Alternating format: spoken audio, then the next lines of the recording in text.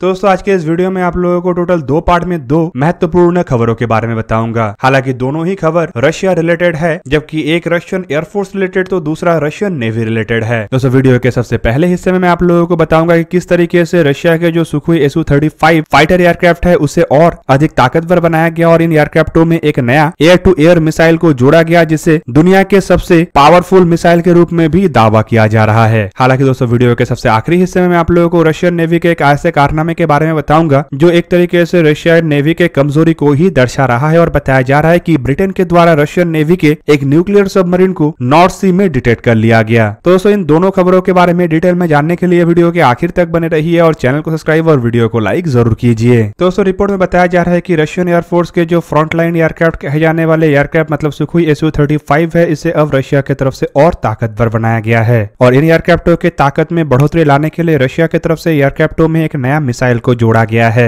Russian media के report के मुताबिक इन एयरक्राफ्टों में जो लेटेस्ट मिसाइलों को शामिल किया गया है जो एक एक्सटेंडेड रेंज कैपेबिलिटी का है, वो रशियन सुखोई Su-35 फाइटर एयरक्राफ्टों के ताकत में बढ़ोतरी लाएगा। इवन इसके अलावा दावा यह भी किया जा रहा है कि ये एयरक्राफ्ट के कॉम्बैट कैपेबिलिटी को तो बढ़ाएगा ही, साथ में दुश्मन को भी काफी अधिक भ्रमित कर सकता है, क्योंकि इन मिसाइलों का जो रेंज है ये करीब करीब 300 किलोमीटर दावा किया जा रहा है। रशियन मीडिया के दावे के मुताबिक ये जो मिसाइल है ये दुश्मन के एयरक्राफ्टों के द्वारा रशियन एयरक्राफ्टों को डिटेक्ट करने से पहले ही दागा जा सकेगा। इवन दुश्मन को एयरक्राफ्टों के बारे में पता चलने से पहले ही दुश्मन के एयरक्राफ्टों को इन मिसाइलों से हिट कराया जा सकेगा। मतलब दोस्तों सिंपली रशियन मीडिया का दावा यह है कि सुखोई Su-35 एयरक्राफ्टों के पास अब दुश्मन के रडार से भी अधिक रेंज वाला मिसाइल आ चुका है। हालांकि दोस्तों खुल के उस एयर टू एयर मिसाइल के बारे में अब तक नहीं बताया गया है, लेकिन कुछ एक्सपर्टों का मानना है कि ये मिसाइल कुछ और नहीं बल्कि R-37 सीरीज के मिसाइल R-37M हो सकता है, जिसे बेसिकली रशिया की तरफ से अपने सुखोई Su-57 फाइटर एयरक्राफ्टों के लिए ही निर्माण किया गया है। और इसके साथ साथ एक्सपर्टों का यह भी मानना है कि रशिया के बेड़े के सबसे अधिक मात्रा के ताकतवर एयरक्राफ्ट कहे जाने वाले सुखोई Su-35 एयरक्राफ्टों में अगर इन मिसाइलों को शामिल किया जा रहा है तो ऑब्वियसली ये रशियन एरोस्पेस फोर्सेस के ताकत को तो मजबूत करेगा, साथ ही साथ दुश्मन को भी काफी भयभीत कर सकता है। हालांकि दोस्तों इसके अलावा रशियन मीडिया की तरफ से एक कदम आगे बढ़ा के अब इन मिसाइलों को अमेरिका के सबसे ताकतवर air to air missile M120C के साथ भी कंपेयर किया जा रहा है, जिसे कि एमरैम मतलब advance medium range air to air missile भी कहा जाता है। और रशियन मीडिया का दावा है कि M120C का रेंज केवल मात्र 100 किलोमीटर है, जबकि इसके मुकाबले में रशिया के ये नया मिसाइल 3 गुना अधिक रेंज में दुश्मन को टारगेट बना सकता है और इससे एक तरीके से अमेरिकी एयरफोर्स रशियन एयरफोर्स से पीछे रह जाएगा। हालांकि दोस्तों R-37 मिसाइल तब भी एक बार चर्चा में आया था जब ये दावा किया गया था कि इजिप्ट के द्वारा इजराइल के खिलाफ अपने बेड़े में रशियन एयरक्राफ्ट सुखोई 35 एयरक्राफ्टों को शामिल किया गया और इन एयरक्राफ्टों में R-37 मिसाइल है। पर दोस्तों ऑफिशियली कभी भी इसे लेके कोई एक्नॉलेजमेंट नहीं आया हो, ना ही किसी देश की तरफ से इसे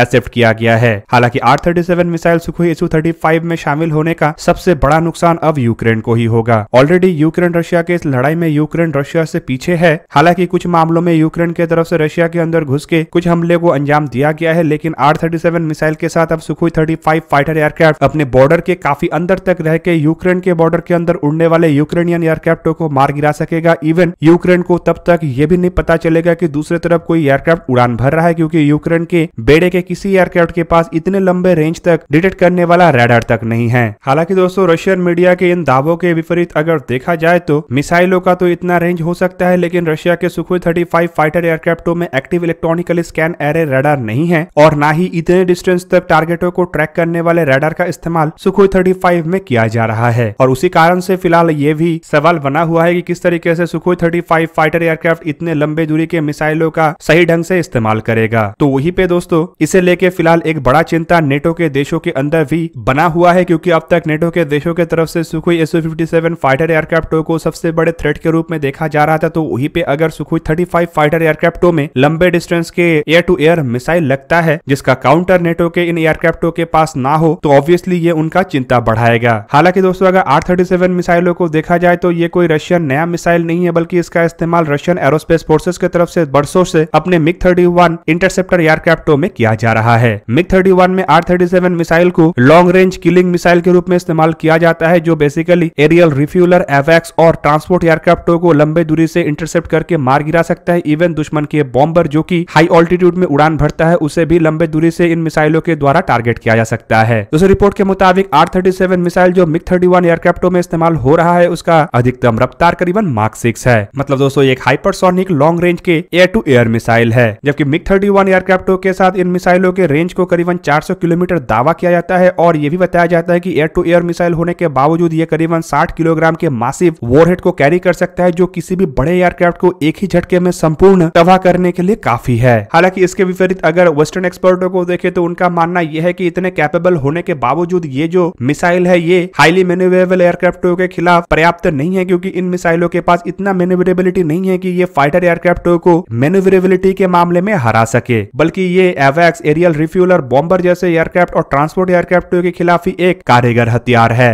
वहीं पे दोस्तों वेस्टर्न एक्सपर्टों का यह भी कहना है कि नेटो के देशों के द्वारा या फिर कहे तो अमेरिका के तरफ से सबसे लॉन्ग रेंज के जो मिसाइल का डेवलपमेंट किया गया है वो असल में M120C नहीं बल्कि M120D है, जो करीब करीब माक 4.5 के रफ्तार से उड़ान भर सकता है और करीबन 180 किलोमीटर के रेंज में टारगेटों को निशाना बना सकता है। लेकिन फिर भी दोस्तों ये मिसाइल के रेंज और स्पीड R-37 के बराबर नहीं है। दूसरी तरफ दोस्तों यूरोप के पास मीटियोर मिसाइल भी है, लेकिन ये जो मीटियोर मिसाइल है ये दुनिया के सबसे ताकतवर मिसाइल तो हो सकता है लेकिन सबसे लॉन्ग रेंज का मिसाइल नहीं है। पर दोस्तों अगर देखा जाए तो फिलहाल रशियन एयरक्राफ्टों के पास लंबे दूरी का ये मिसाइल आने के बावजूद जो सबसे बड़ा कमजोरी है वो है इसमें active electronical scan array radar ना होना। पर बताया जा रहा है कि सुखोई 35 एयरक्राफ्टों को अपग्रेड करते हुए रशिया के द्वारा अब इसमें active electronical scan array radar को लगाया जाएगा, जो इन मिसाइलों के कैपेबिलिटी को बढ़ाने के साथ साथ एयरक्राफ्ट को भी मजबूत करेगा। दोस्तों चलिए आप जानते हैं वीडियो का आखिरी हिस्सा, मतलब रशियन नेवी के न्यूक्लियर पावर सबमरीन के बारे में, जिसे रॉयल नेवी के द्वारा नॉर्दर्न सी में डिटेक्ट कर लिया गया। तो दोस्तों हाल ही में रॉयल नेवी मतलब ब्रिटेन के नेवी के द्वारा क्लेम किया गया है कि रॉयल नेवी की तरफ से सक्सेसफुली रशिया के सबसे ताकतवर कहे जाने वाले या फिर कहे तो रशिया के सबसे सीक्रेटिव न्यूक्लियर पावर सबमरीन को डिटेक्ट कर लिया गया है, जिसे बाद में प्रोजेक्ट 855 यासिन क्लास सबमरीन के रूप में भी आइडेंटिफाई किया गया। ब्रिटिश नेवी की तरफ से अपना बयान में बताया गया है कि ब्रिटिश नेवी के जो वॉरशिप है और P8A Poseidon maritime petrol aircraft है, इनके द्वारा उत्तरी समुद्र में मतलब नॉर्दर्न सी में इस सबमरीन को डिटेक्ट किया गया है। और आपके जानकारी के लिए दोस्तों बता दूं कि रशिया के ये जो यासिन क्लास के सबमरीन है ये काफी ताकतवर और भारी भरकम हथियारों को अपने अंदर समाये रखने वाले सबमरीन है। और रिपोर्ट के मुताबिक ये 30 भारी वजन के टॉर्पेडो के साथ साथ करीबन 40 लॉन्ग रेंज के क्रूज मिसाइलों को कैरी कर सकता है। दोस्तों रिपोर्ट में बताया जा रहा है कि रॉयल नेवी के submarine Hunter frigate HMS Portland ने रशिया के क्रूज मिसाइल सबमरीन सेवरेनविंस्क को और अटैक सबमरीन वेफर को उत्तरी ध्रुव से नॉर्वेजियन कोस्ट के साथ लगे हुए पानी से दक्षिण की तरफ ट्रैवल करते हुए सबसे पहले देखा था। हालांकि इसके बाद से ही HMS पोर्टलैंड के द्वारा इन दोनों सबमरीनों को ट्रैक किया जा रहा था, लेकिन इनमें से एक सबमरीन इंडिविजुअली नॉर्दर्न सी में प्रवेश किया और उसके बाद यहाँ से अपना यात्रा सेंट पीटर्सबर्ग की तरफ करने वाला था, जहाँ पे रशियन नेवी के सेलिब्रेशन डे में ये सबमरीन शामिल होने वाला था। बताया जा रहा है कि नॉर्दर्न सी में ये जहाज 16 जुलाई के दिन प्रवेश किया। रिपोर्ट में यह भी बताया जा रहा है कि HMS पोर्टलैंड जहाज में मर्लिन हेलीकॉप्टर भी तैनात था, जिसमें state of the art advance sensors और सोनार्स को लगाया गया है, जिसके सहारे ये जहाज समुद्र के नीचे सबमरीनों को डिटेक्ट कर सकता है। और इन्हीं इक्विपमेंटों के साथ लगातार रशियन सबमरीन के ऊपर जहाज के द्वारा नजर रखा गया था।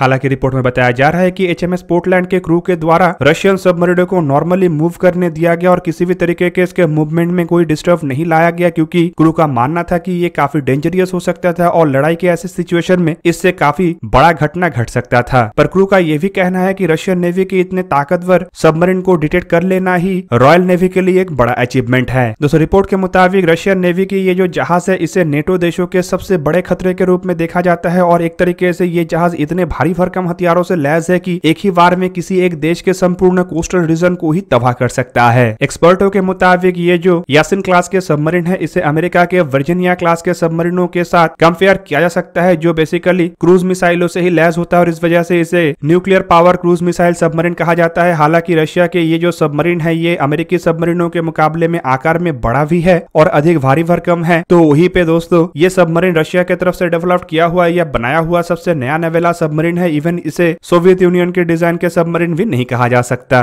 दोस्तों आपको जान के हैरानी होगा कि यासिन क्लास के सबमरीन के वजन करीब करीब 14,000 टन है। मतलब भारत के जो अरिहांत क्लास के सबमरीन है इसके दुगने वजन से भी अधिक भारी है। इवन दोस्तों अमेरिका के ज़ोम्बॉल्ट क्लास के जहाजों के मुकाबले में भी अधिक भारी है। इस जहाज में नया जनरेशन के बड़े आकार के न्यूक्लियर रिएक्टर का इस्तेमाल किया गया है, जिसके सहारे ये जहाज केवल मात्र 65 किलोमीटर पर आवर के रफ्तार से ट्रैवल नहीं कर सकता, बल्कि ये काफी कम नॉइज पैदा करता है, जिस वजह से इसे डिटेक्ट कर पाना भी काफी मुश्किल होता है। हालांकि इसके अलावा इसमें ऑनबोर्ड सिस्टम के रूप में भी कई तरीके के नए टेक्नोलॉजी का इस्तेमाल रशिया की तरफ से किया गया है और इनमें नया जनरेशन के नेविगेशन सिस्टम का भी इस्तेमाल किया गया है, जिससे ये सबमरीन पानी के नीचे रह के ही लंबे दूरी तक बिना किसी बाधा के या फिर कहे तो बिना किसी मुश्किल के आसानी से ट्रैवल कर सकता है। हालांकि सबमरीन को लेकर दावा ये भी है कि ये दुनिया में एक ऐसा सबमरीन है जो सबसे अधिक मात्रा में हथियारों को कैरी कर सकता है, और वहीं पे दूसरी तरफ ये भी दावा है कि ये लंबे समय तक पानी के नीचे रहने में भी सक्षम है। तो दोस्तों ये था आज का वीडियो। अगर आपको वीडियो अच्छा लगा तो लाइक कीजिए और मेरे चैनल को सब्सक्राइब कीजिए और साथ में बना हुआ बेल आइकन को भी प्रेस कर दीजिए ताकि आप मेरा वीडियो देख पाए सबसे पहले। जय हिंद।